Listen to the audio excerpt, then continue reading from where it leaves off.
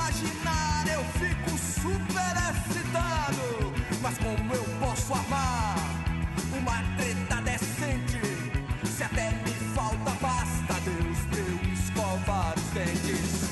Deus, me dê grana. Deus, por favor.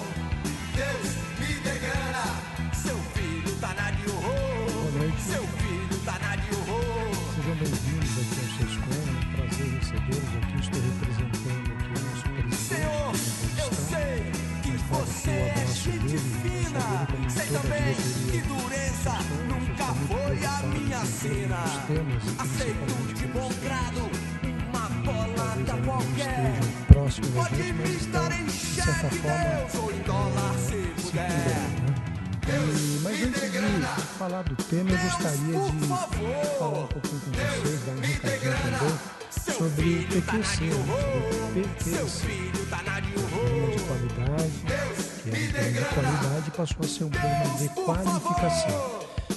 Apenas um aviso também, esta palestra vai ser gravada, está sendo gravada, não é isso? Está sendo gravada, porque o nosso palestrante, gentilmente, né, ele tem um espírito de compartilhar, né, da mesma forma como o Sescom, e nós sabemos que as nossas agendas têm uma certa dificuldade, nem todo mundo pode estar presente em todos os momentos. Ele quer fazer com que esse conteúdo chegue para mais pessoas, né? Então, esse conteúdo será gravado e também ficará disponível para os associados do Sescom. O nosso palestrante é o Tiago Borges, né? E, Tiago, eu vou pedir para você também uma licencinha, só um minutinho, para roubar um pouquinho do seu tempo. Se o seu tempo é muito importante, mas eu falei aqui do PQC, né? Do Programa de Qualificação em Excelência Contínua. Foi uma reformulação do programa, que era um programa de qualidade, e ele nasceu, essa reformulação, em função da inquietude dos participantes. Quem aqui participa do PQC? São poucas empresas, né? Sim, acho que tem um pessoal ali do PQC. Será que tem alguém aí, Eduardo, do PQC, que possa trazer alguma ilustração, alguma informação do programa? Para depois dar para os demais. Nós temos várias pessoas que não participam. Então, mesmo as pessoas que ainda não saibam como é a estrutura do novo programa, né? Ele partiu da inquietude, como eu falei antes, era um programa de qualidade, e o Sescom percebeu que o mundo vem evoluindo muito, numa velocidade muito grande. E não se conteve a ficar apenas na qualidade, foi buscar mais conhecimento, não conteve também só em buscar conhecimento apenas no Brasil, informações, já avaliar mais mercados, mas foi para fora. Foi para os Estados Unidos, foi para a Disney. Carlos Alberto Batistão está aqui. Você esteve na Disney, Batistão? Não? Não esteve, né? Mas depois depois da Disney, porque na Disney você busca lá informação de como atender com excelência, né? E atendimento é fundamental para a nossa empresa, não é verdade? Mas o Batistão não esteve lá, mas com certeza ele buscou mais algum conhecimento, porque a empresa dele está no PQC. Depois o Sescom foi numa comitiva de empresários para onde mesmo, Batistão? Você lembra? Stanford, né? Vale do Silício. E você esteve lá, Batistão? Olá, ele esteve lá porque ele foi buscar o quê? Conhecimento na área de quê?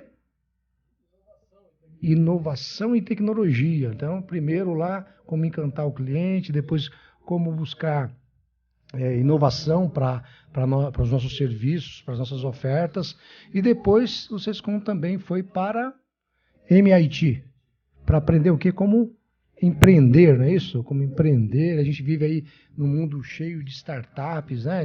Startup agora é a coisa da onda, né?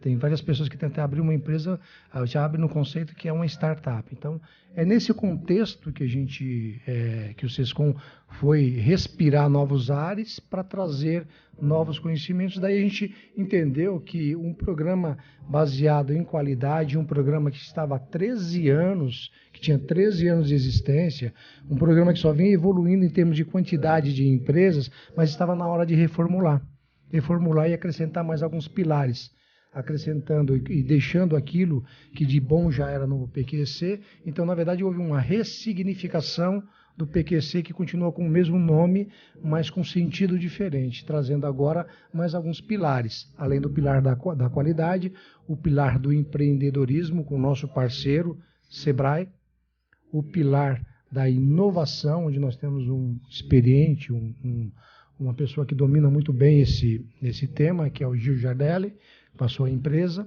E temos o pilar da gestão, que é um professor também aí que lida com muito tempo, que tem uma empresa na área de gestão ligado à FEA USP. Então nós temos aqui uma nova oferta e seria interessante que vocês conhecessem. O Eduardo, você já providenciou, né, Eduardo, para depois na volta todo mundo receber. É importante aqui não é um processo de venda, apenas para compartilhar para vocês, para que vocês possam depois entender um pouco mais sobre essa nova proposta do PQEC, que é fundamental para todos nós aqui. Bom, falando agora na nossa palestra, nós vamos falar sobre inovação também, né? Isso aqui trata-se de uma questão da inovação.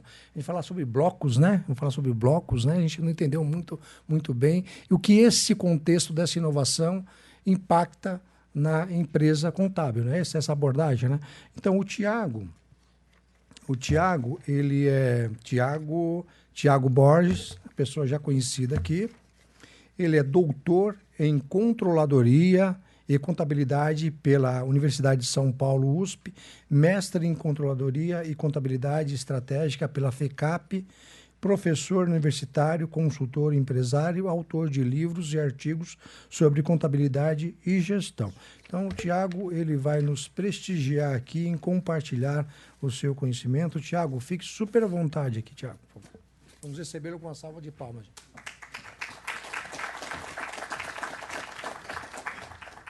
Vou usar isso.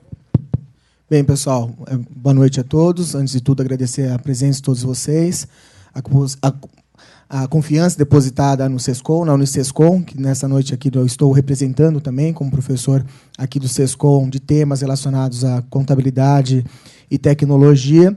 Mas hoje aqui eu coloquei o logo da FECAP, que é a instituição que eu também atuo, a instituição que eu também trabalho, porque o produto desta palestra, na verdade, é produto de algumas discussões incipientes, porque o assunto realmente é um assunto muito novo, mas é um assunto que já vale a pena compartilhar, né? Acho que pelo estado das coisas aqui, já vale a pena compartilhar um conhecimento, uma percepção aí adquirida sobre esta temática, que para quem eventualmente ainda não ouviu falar sobre o blockchain, né? Então é porque realmente está muito desligado de toda a mídia digital, mídia impressa, porque o assunto em si ele já é um assunto recorrente, talvez sem ainda grande parte de vocês terem ainda tido contato com o tema, ou seja, estudado com profundidade, já estarem lidando com isso operacionalmente. Mas, assim, uma percepção inicial, né, o primeiro tópico relacionado ao blockchain, por exemplo, as criptomoedas, os bitcoins. Por exemplo, quem aqui já tem bitcoin? Levanta a mão. 2, né? 2 aqui de 50 pessoas, mais ou menos, que nós temos presentes, ainda é um indício de que é um assunto que poucos se habilitaram, inclusive, a conhecer. Mas, insisto em dizer, olhando grande parte já das experiências que nós estamos compartilhando em outros países, vocês hoje já vão no shopping e já pagam as coisas com Bitcoin. E, na área contábil, esses assuntos eles já começam a ganhar uma forma bastante significativa. Até faço menção ao ESCOM, né? Até faço menção ao ESCOM aí, que o Campus do Jordão, que vai ocorrer, que vai, dentro das temáticas, esse assunto vai ser discutido, né? Então, qual é que é a ideia? Então, vou apresentar para vocês aqui o produto de algumas discussões de um grupo de pesquisa lá na FECAP, chamado Genesis Block. Genesis Block, na verdade, essa figura que está aqui no primeiro slide, lembrando aqui, não precisa tirar foto, né? Depois desse vídeo, para quem tiver interesse, ele vai ser compartilhado. Genesis Block é onde começou o Bitcoin, né? Então, é o primeiro bloco de uma cadeia de informações, que é onde nós vamos aqui procurar apresentar para vocês entendimentos sobre o assunto, que depois, hoje, tem lá 25 mil reais para comprar um tal do Bitcoin, né? Então, esse 25 mil reais, um Bitcoin, começou com um registro, né, semelhante a esse. Então, acho que é interessante pensar aqui, né, como trazer esse assunto para a empresa contábil. Então, já é o desafiador falar de blockchain para o pessoal de tecnologia, blockchain, para o pessoal de finanças, aí que já lida aí com coisas emergentes todo dia. Então, eu procurei fazer o seguinte, né?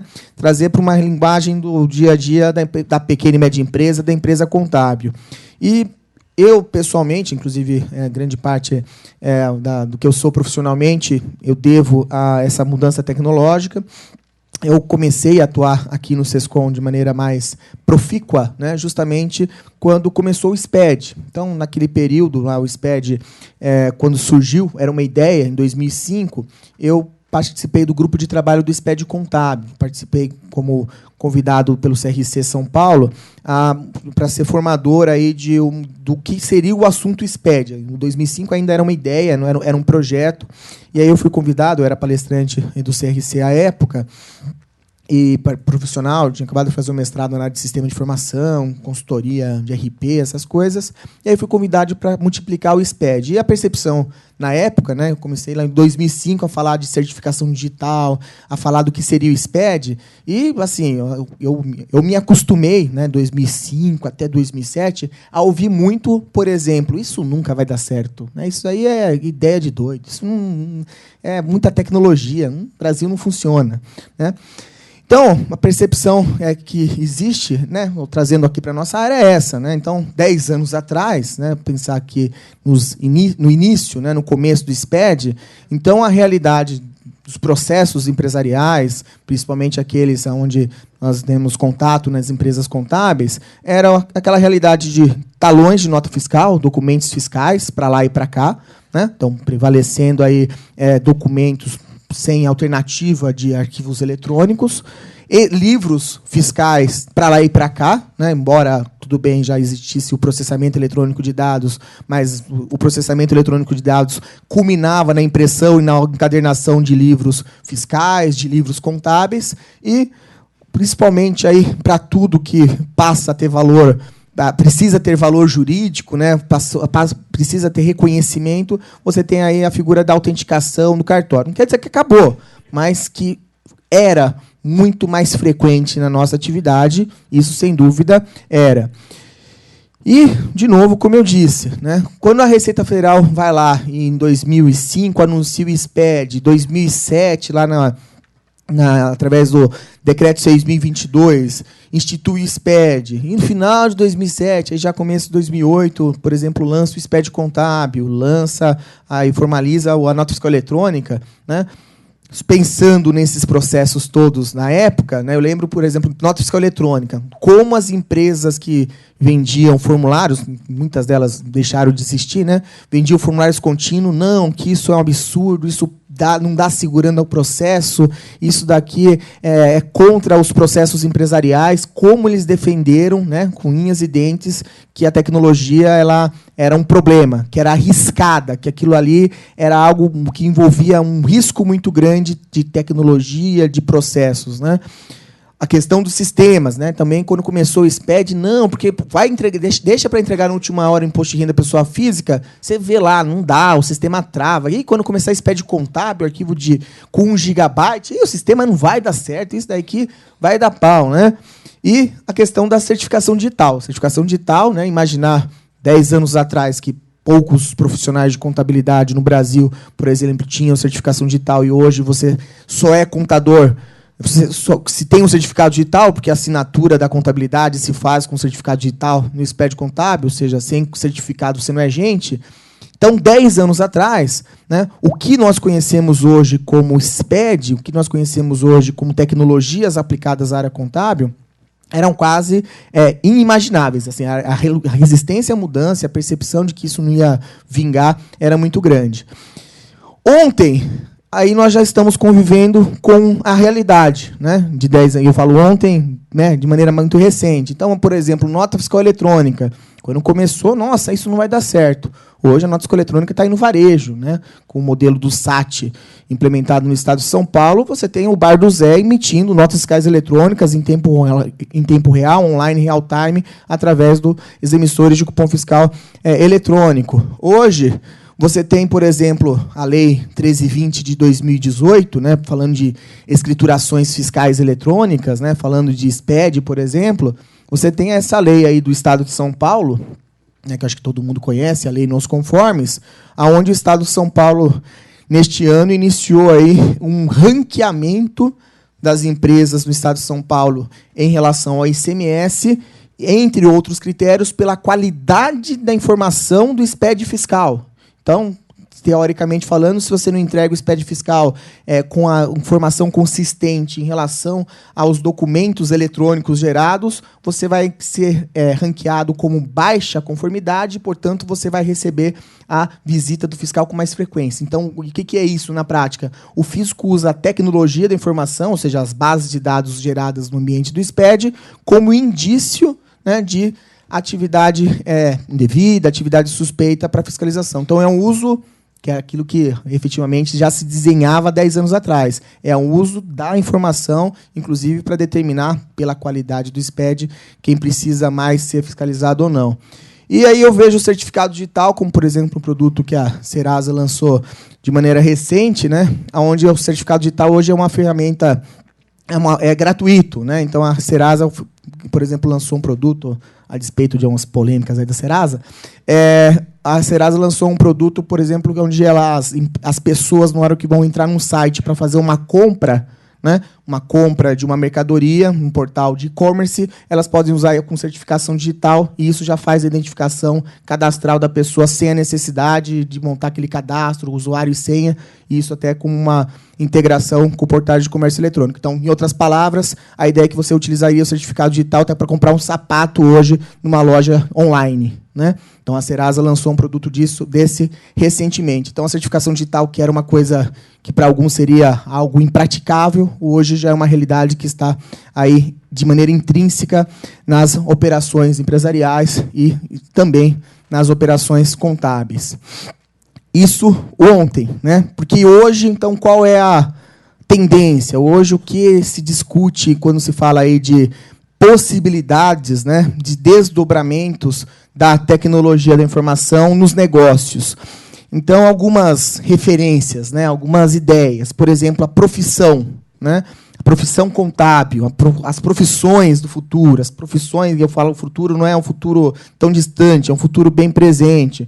Então, está lá, né, estudo recente, aí, 31 de julho. Né? Então, blockchain é a habilidade hoje mais procurada pelos freelancers no mercado dos Estados Unidos. Né? Então, para serviços esporádicos, eu falo aí, freelancers envolve o que poderíamos trazer aí para a nossa área contábil, não uma consultoria, uma assessoria específica em um determinado processo fiscal, um processo contábil. Esse estudo, inclusive, ele faz essa distinção, né? Existem muitos serviços recorrentes na área de atividade contábil, existem serviços pontuais.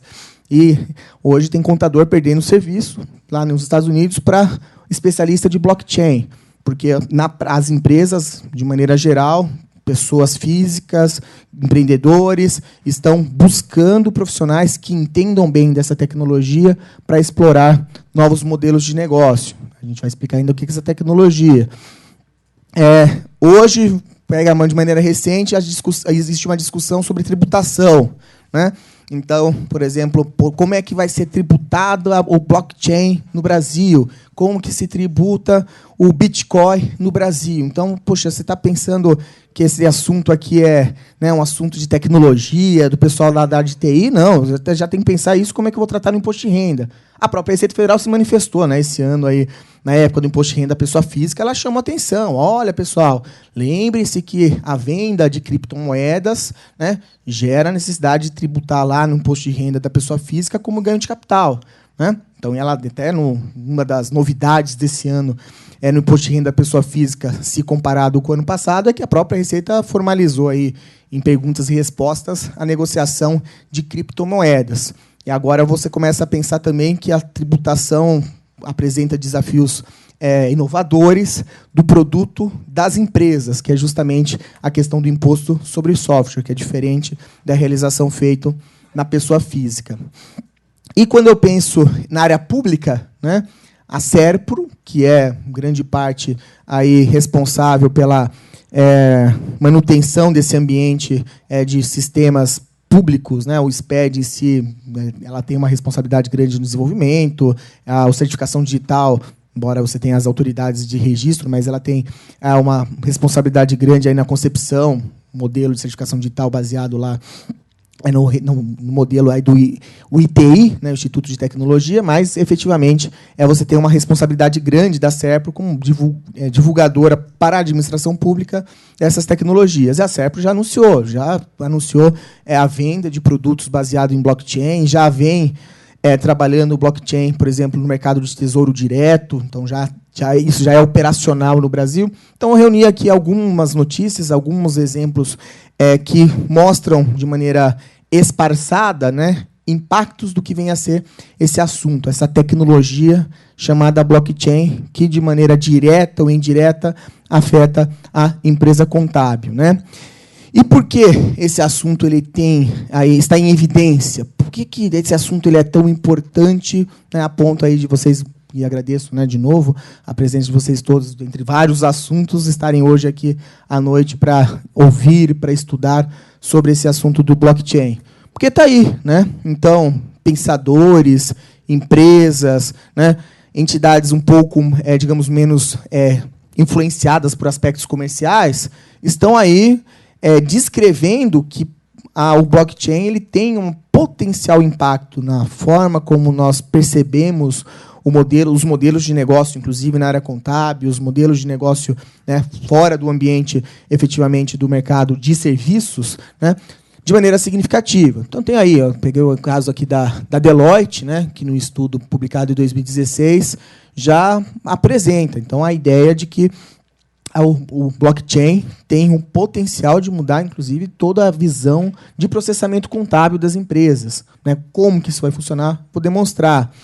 Outro ponto, aí tem que é um estudo aqui de Lande, né? Então, é um trabalho dedicado aos impactos do blockchain. Então, ele mostra que a ideia do blockchain é reduzir custos de transação, reduzir o custo de processamento da mesma forma que a internet reduziu o custo de comunicação. Então, em outras palavras, se eu penso hoje, né, que por mais que eu precisei investir em tecnologia com SPED, precisei investir com certificação digital, mas o que eu deixei de gastar com papel, com manutenção de documentos, com arquivo morto, quem já fez essa conta e pôs na ponta de lápis, e muitas empresas já têm estudos aí de TIR, ROI, Payback relacionados aos projetos de SPED, elas percebem realmente que houve um retorno. Tudo bem, tem um risco fiscal, tem inerente aí o processo tributário em si, né, associado, logicamente, ao nível maior de divulgação de informações, mas a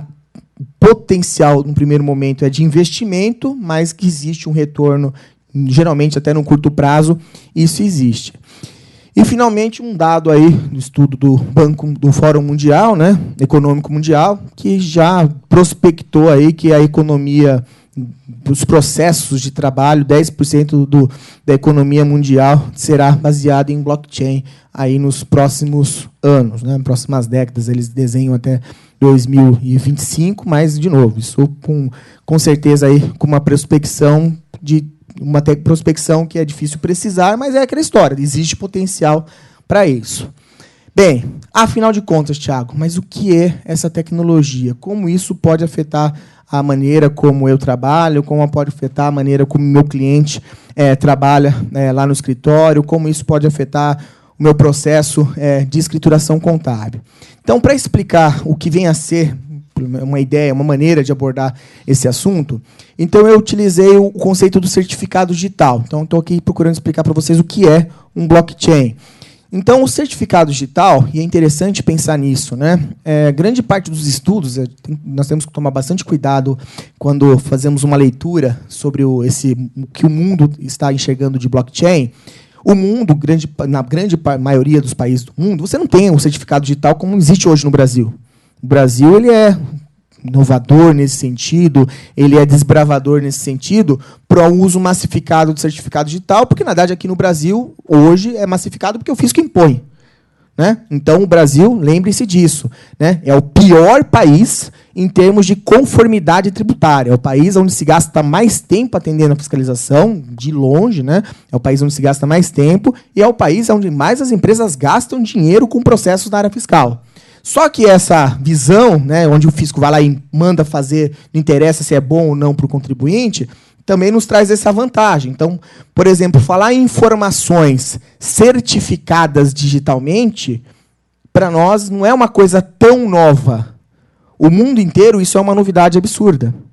Então, o blockchain, ele, para muitos países, eles estão percebendo agora que talvez, de novo, o nível é diferente de processo, mas que estão percebendo agora como é vantajoso você utilizar uma capacidade computacional para validar processos no ambiente da internet. Que nós, algo que nós já fazemos aqui quando eu falo de certificado digital, quando eu falo de SPED, por exemplo, né? Então, usando o conceito do certificado digital, a ideia aqui do blockchain é o seguinte. Na visão do certificado digital, que atualmente é prevista no Brasil com base na medida provisória 2200, que é a norma que criou lá em 2001 a infraestrutura de chaves públicas, o certificado digital no Brasil, para que serve o certificado digital de maneira simplista aqui? Então, ele serve para garantir a autenticidade, a integridade e a validade jurídica de documentos eletrônicos. Isso não é o Thiago está falando, é um texto da própria medida provisória, que é aquela medida provisória que não foi convertida em lei, e que no seu artigo 1º já define o que é o certificado digital. Em outras palavras, o garantir a autenticidade e integridade é justamente numa circunstância onde você tem a pessoa que assina e a pessoa que recebe uma determinada informação, um determinado documento, o certificado digital, através da estrutura que nós conhecemos, autoridade de registro, autoridade certificadora, ela é a terceira parte confiável nessa relação jurídica. Ela é a testemunha que quem assinou é a pessoa mesmo e, portanto, quem pretende consumir essa informação pode acreditar que foi ele que assinou. É assim que funciona, de maneira simples, o certificado digital. Qual é o problema do certificado digital? Né? É porque ele é baseado, problema no sentido, na perspectiva do blockchain, se dizer para não criticar aí o certificado em si, é que ele é baseado numa estrutura centralizada.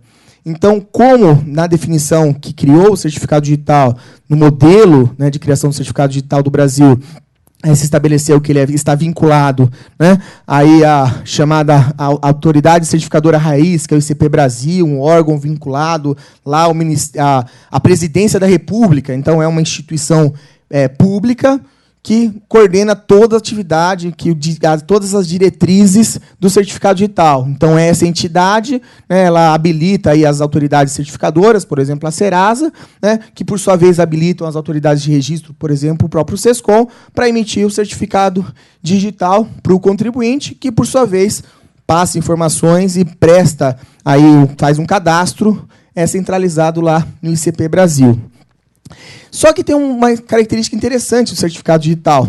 Por ser centralizado e essa rede, pela maneira como funciona o certificado digital, ele ser assíncrono, o significa, quando eu assino um documento com certificado digital, eu não preciso estar conectado na internet para saber se aquele documento ele existe ou não. E eu dependo, para saber se aquele certificado digital existe, eu dependo do sistema que existe aqui, né, principalmente da ICP Brasil, está funcionando, que é mais ou menos assim, né? Se você assina um documento com certificado digital no Word, né, ele geralmente, se ele recebe todo mundo talvez já viu um arquivo do Office, um PDF assinado com certificado digital, ele recebe lá uma medalhinha. Quando você clica nessa medalhinha, ou nesse selo de certificado digital, o que o programa faz? Ele consulta pela internet a autoridade de registro, no caso aí a ICP Brasil, e valida, ok, aquele certificado é válido, é daquela pessoa, foi emitido em tal data. Só que está tudo amarrado no governo. Esse é um problema.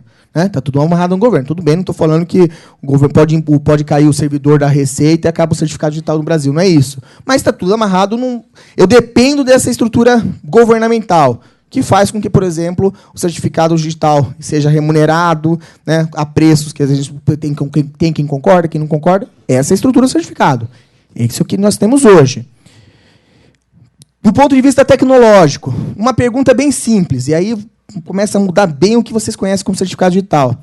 Hoje, quando você assina alguma coisa com certificado digital, você tem um registro do que foi assinado com o seu certificado digital? Né? Você consegue saber, por exemplo, tem contador que faz coisa muito errada, né? Deixa o certificado digital voando na mão dos funcionários, né? Deixa o certificado do escritório voando na mão dos funcionários. Não pode, cada um tem que ter o seu. Isso já na medida provisória 2200 diz que o certificado digital é de uso pessoal e intransferível do seu responsável. Só que tem esse detalhe. No caso de um certificado digital, quando você assina um documento, eu não tenho uma cadeia, né? Que é a ideia do blockchain. Eu não tenho uma cadeia, eu não tenho um histórico para saber, por exemplo, o que foi assinado com o meu certificado. Simplesmente pode ter um monte de coisas lá sendo assinado com o meu certificado digital que eu nem sei. Então, isso acontece por conta desse modelo de processamento. Então, o que simplesmente o modelo de certificado digital faz, preciso dizer, é um modelo de cartório, né? Quando alguém vai lá e pede para confirmar, essa assinatura é minha, ele fala, e pronto, fica por isso mesmo. Quantos documentos foram assinados, quem assinou, você pode ir em cartórios diferentes, todo mundo vai reconhecer e não está nem aí, né? E se as assinaturas estiverem diferentes, em cartórios diferentes, vai aceitar, né? Quando eu penso já numa outra visão, e essa é mais próxima do que vem a ser o certificado digital na prática, para entender como é que funciona o certificado digital, vamos lembrar de um contrato de compra e venda de imóveis. Uma maneira que eu aprendi didaticamente para entender o que é um blockchain é um registro de imóveis no Brasil, né? Por que o registro de imóveis no Brasil? Qual que é a característica? Quando eu estou falando de um registro de imóveis, eu estou pensando na questão comercial, tá? Poderia ser registro de cartório de outras coisas também, mas vamos pensar na questão comercial. O que acontece? Você comprou um imóvel, né? Você vendeu um imóvel. Então, digamos que você está sendo o primeiro comprador de um loteamento. Não existia aquele imóvel, você está sendo o primeiro comprador, então o comprador daquele imóvel. Então, você vai lá e faz o registro no cartório falando: esse imóvel é meu, ok? O que o cartório de registro de imóveis faz, né? Ele vai ter um livro, né? Ele vai ter um livro que na blockchain nós chamamos de ledger. Ele vai ter um livro onde ele vai documentar falando: olha, esse imóvel, tal endereço, tal matrícula, pertence a tal pessoa. Tá aí, ele faz um registro. A partir do momento que você resolve vender este imóvel, o que você precisa fazer para vender esse imóvel? Eu preciso ir lá nesse cartório de registro de imóvel para falar que sou o que eu era até então o proprietário deste imóvel, agora vou passar a propriedade desse imóvel para outra pessoa. E o que o cartório faz? Ele faz exatamente isso. Ele vai lá no livro dele e escreve que fulano, né, está passando a propriedade desse imóvel para ciclano. E se você consultar lá no livro lá do cartório, se você for lá, pular o balcão e ir lá no cartório, então você vai ter o quê? Um registro original, no momento que foi registrado o imóvel pela primeira vez, e um registro secundário. Esse registro secundário está vinculado ao primeiro registro. Você tem um histórico, você tem uma cadeia de registros. Essa é a premissa do certificado do blockchain. Certificado digital não. Essa é a premissa do blockchain, né? Aonde os blocos, eu vou traduzir aqui de uma maneira bem simples, os blocos são justamente os documentos, os contratos de compra e venda, os momentos, né, aonde você vai documentar essas transações, e a cadeia é a estrutura, né, os elos aí do chain, a cadeia é a estrutura criada que amarra cada transação, cada evento. No modelo, no entanto, de cartório, você tem uma pessoa, que é o cartorário, que recebeu lá uma autorização oficial para ser, né, a testemunha do crime, para ser a pessoa, a terceira parte confiável, aquele que tem prerrogativa legal para falar que você está vendendo para outra pessoa. Só que no modelo de blockchain, você não precisa ter uma pessoa, você pode ser simplesmente um patrocinador disso daqui, que é o que efetivamente concebe-se o certificado no modelo do blockchain. Então, penso no certificado digital, onde eu tenho lá a criptografia. Então, quando eu tenho um documento assinado com certificado digital, eu tenho uma chave criptográfica que efetivamente garante que a informação não pode ser alterada, que aquela informação não pode ser violada. Só que no modelo de certificação digital aplicada ao blockchain, eu estou falando que eu vou registrando todas as informações, todos os eventos relacionados a um registro, né, dentro de uma cadeia de blocos. Né? Então, de novo, a tradução do blockchain é uma cadeia de blocos. O primeiro registro, então, de novo, pensando na figura da compra e venda de imóveis, né, o primeiro registro, que é o termo utilizado aí, o ledger, né? Então, o primeiro registro, ele é um evento, é uma operação, é um momento, que no modelo, estou explicando aqui tecnicamente, mas é uma coisa que dá para entender assim na visão contábil. É o que lá na tecnologia, na linguagem pessoal de TI, eles chamam de nó. Né? Eles chamam de nó. Então, um nó é justamente um evento, uma cadeia, um registro desse bloco. Quando você processa um próximo nó, você cria um novo registro, e esse registro aqui, né, então, o que estou chamando aqui de 1A, então ele passa a incorporar sempre o anterior. Então, eu tenho um rastro, né, eu tenho aqui o histórico. Depois que eu processei um outro nó, eu vou ter o registro anterior mais o novo, e assim sucessivamente. O que acontece é que a cada nó, a cada processamento, cada vez que eu adiciono uma informação, cada vez que eu adiciono um ledger a essa lista, né? Então, o conceito de ledger aqui, entenda que é uma lista, uma listagem, uma planilha, né?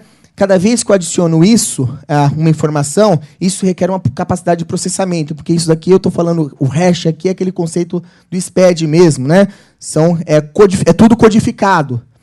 Só que é uma codificação mais sofisticada, né? Mais segura do que o próprio conceito que nós temos hoje do certificado digital no Brasil. E qual é a vantagem? Né? A vantagem é que no modelo do blockchain, você não depende da Receita Federal, você não depende do ICP Brasil. O modelo do blockchain ele foi concebido para que essa cadeia, onde você tem um registro, e toda vez que você tem uma nova informação desse registro, você faz isso de maneira descentralizada. Então, não é uma máquina, um servidor, uma empresa que está fazendo isso. A empresa até pode propor, a empresa, de novo, né? Ela pode criar um novo nó, ela pode criar uma ledger. Ela é a precursora daquela ledger. Só que, a partir do momento que ela é precursora dessa ledger, ela utiliza a estrutura da nuvem, utiliza a capacidade de processamento de várias máquinas para atualizar isso. O que acontece, né? Então, nesse caso, isso é importante mencionar. Quando eu levo essa cadeia de informações para dentro da rede, então, o processamento, a autenticação, que é diferente, então, o ICP Brasil ela é centralizada, o certificado digital é centralizado no ICP. Passa a ser autenticado na rede. E aqui eu falo, e é importante mencionar, não quer dizer que toda a rede sabe tudo que está nessa informação. Puxa vida, alguém já vai pensando no hashtag, peraí. Então você está falando que tem um monte de computadores que vão ter a informação do SPAD. Não é isso. Né? Até porque as informações fluem todas criptografadas. Só que o processamento ele é feito de maneira descentralizada. E aí é importante mencionar, isso é um aspecto bem curioso aqui, porque quando se fala muito de Bitcoin, já vou detalhar o Bitcoin ele, pelo modelo do blockchain aplicado ao Bitcoin, ele é um modelo anônimo. Então, você não tem, na transação, a pessoa A e a pessoa B. Você tem a chave.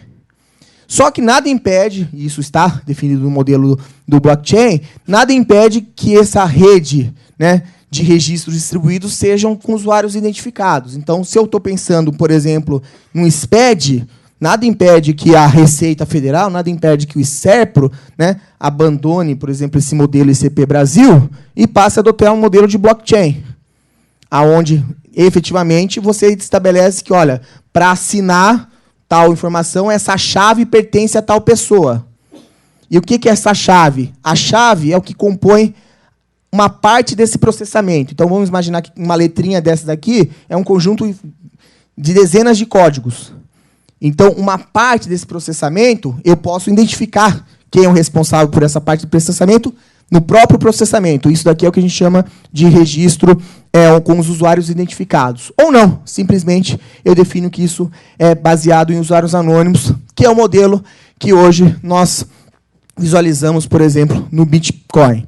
Então, quais são as vantagens aqui, né, principais desse modelo de blockchain, se comparado, por exemplo, com o modelo de certificação digital? Então, dispensa de terceira parte confiável. Acaba essa figura de alguém validando. Você tem, na verdade, um conjunto grande de computadores, um conjunto grande de ferramentas computacionais que processam o certificado, processam a chave e validam aquilo. Isso garante a resiliência, porque aí é aquela história. Se eu tenho várias máquinas autenticando aquela transação, autenticando aquele processo, né, se dá pau em uma, a outra substitui. Todo mundo que está na rede tem a mesma informação. Então, de novo, imagina você indo registrar uma compra e venda de imóvel. Você vai naquele cartório, né, e naquele cartório ele vai falar para você o seguinte: olha, você está comprando e você está vendendo. Os demais cartórios não ficam sabendo. Você tem que ir lá naquele cartório lá para saber que houve a operação. Então, você imagina um modelo que todo mundo está sabendo que ocorreu aquela transação. Essa é a ideia da resiliência no modelo do Bitcoin. E da onde começou isso? Né? Da onde começou essa era do blockchain? Aí? Isso daí, o assunto é tão novo assim. Então, é importante mencionar o seguinte. Eu coloquei os slides, né? Então, o assunto começou em 2008. Né? Então, em 2008 foi publicada um white paper, foi apresentado um documento que prospectava, então, 10 anos atrás, prospectava o potencial tecnológico do que viria a ser o blockchain. Isso em 2008. Né? Uma publicação anônima, né? Aonde, em 2009, é feita a primeira operação baseada nesse modelo, né, de blockchain, naquilo que nós conhecemos aí como Bitcoin. Conceito de mineração. O conceito de mineração remete a esse processamento, essa capacidade que os computadores precisam apresentar para calcular e falar, ok, essa transação é válida ou não. Né? Isso em janeiro de 2009. Em outubro de 2009, você já começa a ter o mercado de Bitcoin, que foi uma primeira aplicação do blockchain, o mercado funcionando. Então, a moeda sendo negociada, sendo comprada ou vendida. Aí, pulo aí alguns anos, surge uma outra plataforma chamada Ethereum. Essa plataforma Ethereum, aí ela pega essa ideia do blockchain, e isso é legal para a nossa área, além da criptomoeda em si, ela pega a plataforma do blockchain e ela fala o seguinte: gente, não é só a criptomoeda, não é só a moeda virtual que serve essa tecnologia. Isso daqui é aplicado para N possibilidades do ambiente de negócio. E é essa base Ethereum, né, que ela é utilizada principalmente aí nos modelos dos contratos inteligentes, eu vou explicar com detalhe, ela começa a explorar e isso começa a gerar muito mais repercussão do que vem a ser o blockchain, porque fica fora desse contexto aí que para alguns, porque esse Bitcoin é muito especulativo, isso daí não dá certo, né? Aí você vê o que aconteceu com a moeda da Síria, que caiu 40%, né? Em um dia. Você acompanha no mesmo período o que foi o Bitcoin, na verdade, não teve tanta desvalorização nesse mesmo período que foi a moeda da Síria. Né? Então, assim, não dá para falar que é uma moeda especulativa diferente do que é o próprio real no Brasil, do que é o dólar. Né? Então, essa é talvez você tenha picos maiores, porque justamente é algo mais inovador, é algo mais recente, como qualquer ação de uma empresa que é lançada, e você não sabe se essa empresa vai dar certo ou não. Né? Em 2015, os bancos começam a utilizar o blockchain em vários processos, né? E aí não é só a negociação em si, né? Comprar e vender criptomoeda, é utilizar justamente com uma tecnologia de apoio aos negócios. Então você começa a fazer transações, de novo, de maneira muito parecida com que aqui os bancos no Brasil, depois de alguns anos, começaram a usar a certificação digital para acessar a conta bancária. Os bancos começam, em outros países, a utilizar processos na área financeira baseados em Bitcoin. Em blockchain. A confusão aqui é por falta de prática mesmo, né? Em blockchain. Então, os bancos percebem, poxa, tem determinadas operações críticas que não basta um documento assinado. Vamos colocar aqui uma chave criptográfica e vamos criar uma ledger, vamos criar um registro para controlar isso daqui, né? Em 2015, aí, a Linux, que é aí conhecida aí como um sistema código-fonte, concorrente do Microsoft, né? Então, disponibilizam o Hyperledger, que efetivamente permite aí que outras empresas, outros países, uma organização com o próprio SESCOM crie o seu próprio blockchain. Ou seja, crie a sua própria estrutura de blockchain. E, de novo, estrutura de blockchain não é somente a criptomoeda. Depois, as próprias empresas contábeis, o nosso assunto aqui, começam a se manifestar sobre o assunto. Então, aí o ano passado aí foi o ano onde as empresas contábeis todas começam a anunciar projetos, anunciar produtos, começam a implementar produtos relacionados também ao blockchain. Então, você tem aí a Deloitte, a KPMG, né, por exemplo, aí a KPMG fez parceria com a própria Microsoft para implantar a ferramenta de blockchain em processos da área de negócios, a Price implementando também aí lá na Suíça, criando uma economia, a ideia o Crypto Valley aqui é uma super economia lá num país hoje, lá na Suíça, baseado só em moeda virtual e a Price por trás, ou seja, para colocar a marca dela num produto desse, efetivamente é porque eles perceberam que o risco, né, de descontinuidade é bem baixo, né? A UI, né, a Yang, estão também lançando produtos. Então, isso começa a ser disseminado na nossa área, né? Bem, mas afinal de contas, Thiago, você está falando aí de Bitcoin, você está falando aí de criptomoeda, você está falando de blockchain, smart contratos inteligentes, mas organize isso para mim. Então, vamos lá. São 3 os tipos, praticamente, aí, de aplicações que nós entendemos aí estão disponíveis sobre blockchain. Então, o primeiro que acaba sendo mais famoso nesse momento é a criptomoeda, né?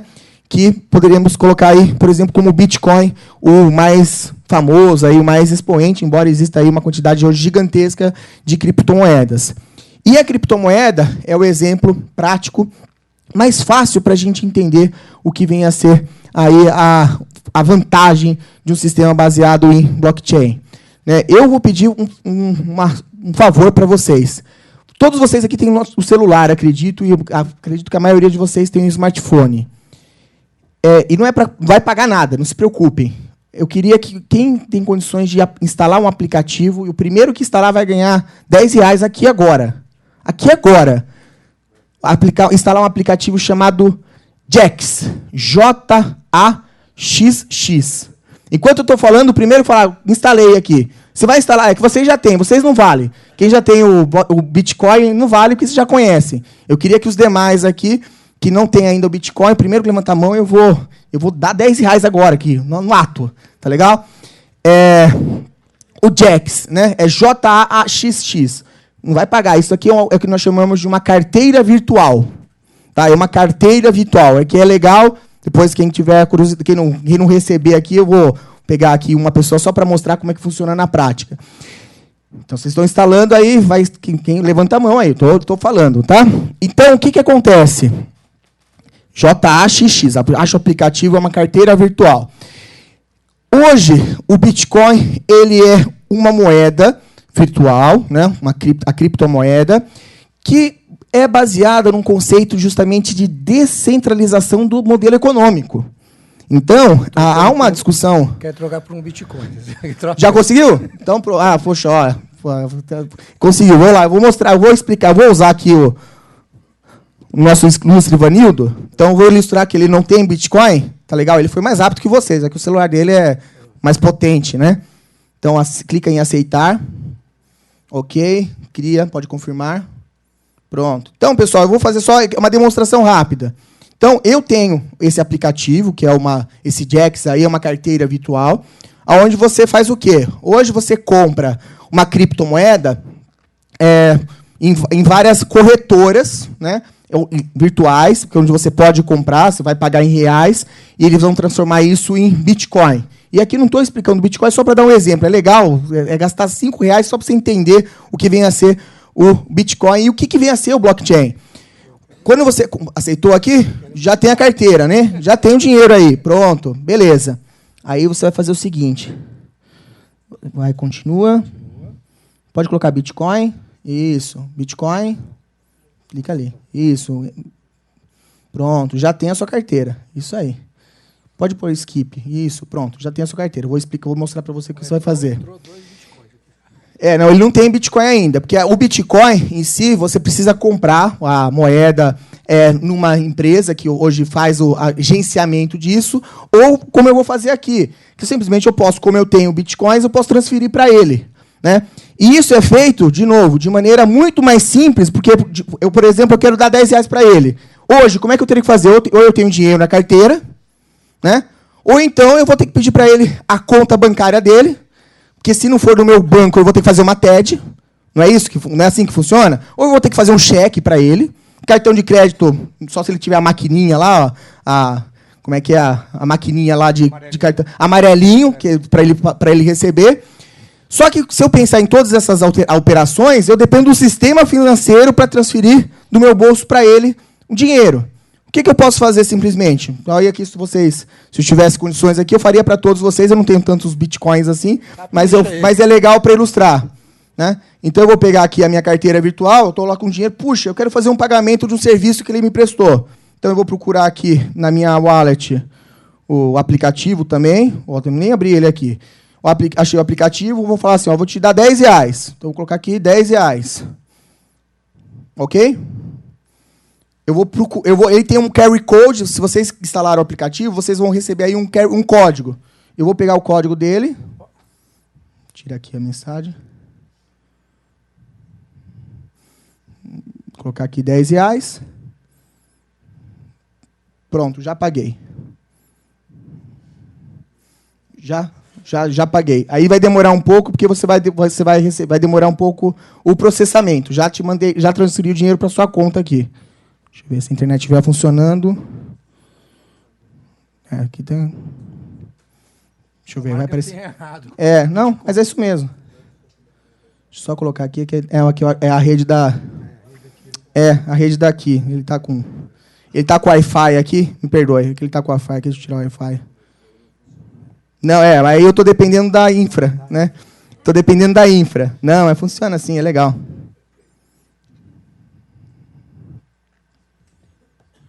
Pronto, transação enviada. Então, daqui a alguns segundos, daqui a alguns minutos, você vai perceber aí que o seu celular, você já vai ter um crédito de R$10. Eu converti em reais. Já recebeu, pronto. Então, tá aí. O que acontece, pessoal? Veja só, ele não precisou criar conta no banco, ele não precisou, né, avisar o governo, e eu acabei de transferir o dinheiro para ele sem ter dinheiro no bolso. Né? Como que isso, em que é baseado nisso? Né? Como é que funciona, então, esse modelo da moeda virtual? É justamente uma proposta tecnológica, e sem fazer muito alarde de especulação desse assunto, é uma proposta tecnológica onde você tira a capacidade de processamento econômico do governo, necessariamente, ou mesmo de todo o sistema financeiro, e deixa isso descentralizado. Nada impede do governo adotar isso. Então, imagina hoje, os bancos são, no Brasil, as empresas que mais têm lucros. Nada impede que um governo, isso já existem estudos, o da Suíça foi justamente isso, cria uma criptomoeda e descentraliza todo o sistema financeiro dos bancos. Então, as pessoas começam a pagar, receber e informar na sua declaração de imposto de renda, pagar serviços, comprar mercadorias com Bitcoin. E quem vai ser como é que vai ser a criptomoeda? Como é que vai ser o nome dela? Banco Central do Brasil. Nada impede do governo fazer isso. Né? Então, a premissa do Bitcoin está aqui. Então, Então, o Bitcoin, hoje, por que ele quais são as características do Bitcoin que garantem a eficiência econômica desse modelo? Ele é um recurso limitado, como acontece com o ouro, né? E como acontece com as moedas da nossa economia. O país não pode simplesmente emitir moedas sem nenhum tipo de controle, porque, efetivamente, isso cria toda uma distorção no modelo econômico. Você cria inflação, você tem toda uma repercussão sobre isso. E uma moeda, criptomoeda, uma moeda virtual, por exemplo, o Bitcoin, ele pode, no máximo, atingir um número de 21 milhões de Bitcoins emitidos. Esse seria o limite da moeda. E, a partir desse limite da moeda, as transações elas são baseadas na disponibilidade, na oferta e demanda por essa moeda, por esse papel, por esse instrumento financeiro. Inclusive, o aspecto contabilmente falando, né? Hoje, no IFRS, é uma discussão já de como contabilizar uma Bitcoin. Se uma Bitcoin é contabilizado aí como caixa, né? Se é contabilizado como moeda, se é mensurado a valor justo. Né? Então, existe essa discussão. Isso é um assunto puramente contábil. Né? Tendências é reconhecer como instrumento financeiro mensurado a valor justo, assim como moedas de outros países. Né? No processamento dessas bitcoins, então, quando eu fiz a transação aqui, passando o dinheiro para ele, como é que essa informação se processou? Então, existe essa planilha, que se diz essa ledger, essa é uma planilha, onde ela registra todas as transações feitas com esse Bitcoin. Então, de novo, cada 0,0005 centavos de Bitcoin que eu transferi para ele, essa planilha ela recebeu essa informação e registrou assim: chave tal, que é que está no meu celular, transmitiu R$10, aqui já estou convertendo, o aplicativo permite, inclusive, faz a conversão automática, transmitiu R$10 para a chave tal. Não foi para Tiago e para Vanildo. Eu tenho uma chave no meu celular, que eu preciso fazer uma cópia de segurança, que se eu perder isso daqui, eu perdi todo o dinheiro que eu tenho. Então, esse é um problema do Bitcoin. Tem um problema de segurança. Então, no aplicativo aqui do Jax, eu tenho, por exemplo, um conjunto de códigos aqui que eu preciso imprimir, se for o caso, imprimir, guardar numa pastinha, porque se eu perder, eu posso recuperar, mas agora, se eu perder aquele papelzinho, eu perco todo o meu dinheiro. É assim que funciona essa história do Bitcoin, porque no modelo do Bitcoin ele é anônimo.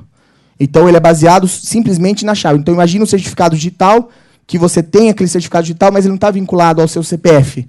O certificado digital ele está vinculado ao cartão. E tudo que você faz com aquele cartão é o que tem valor jurídico. Se você perder o cartão, ninguém sabe que você é você. Essa é a correspondência com o modelo do certificado digital. Né? Então, os sistemas que controlam essa transação, que foi a operação que eu acabei de fazer aqui, então, eles vão, a cada transação que é feita, a cada processamento que é feito, eles precisam criar um código, eles precisam criar uma criptografia. E isso daqui é o que nós chamamos aqui de mineração. Então, a mineração, porque como o modelo é descentralizado, então a mineração é justamente o uso dessa rede de computadores, que estão todos ligados, que permite que eu faça essa transação. Quem está bancando essa transação financeira não é uma empresa. Está claro o que eu estou dizendo? Não é uma empresa. É uma rede grande de computadores que estão processando todos os movimentos que são feitos nessa criptomoeda. Claro, como esses computadores eles estão aí dedicados, né, a processar essas transações todas que são feitas na criptomoeda, a cada vez que eles fazem uma transação, eles recebem uma porcentagem, um ganho, um pequeno, não chega a ser o Bitcoin, né? Mas ele recebe uma fração de um Bitcoin com o pagamento pelo serviço. E aí entra a figura dos mineradores. Então, o que são os mineradores? São os computadores, são os sistemas que estão aí dedicados a processar, estão disponibilizando sua infraestrutura de informática para processar aí um conjunto aí gigantesco de informações dessa rede aí chamada Bitcoin. Na prática, esses computadores, né, então, por exemplo, em 2009, quando começou o Bitcoin, como a quantidade de transações era pequena, né, você conseguiria, né, minerar aí, num ano cerca de 200 Bitcoins.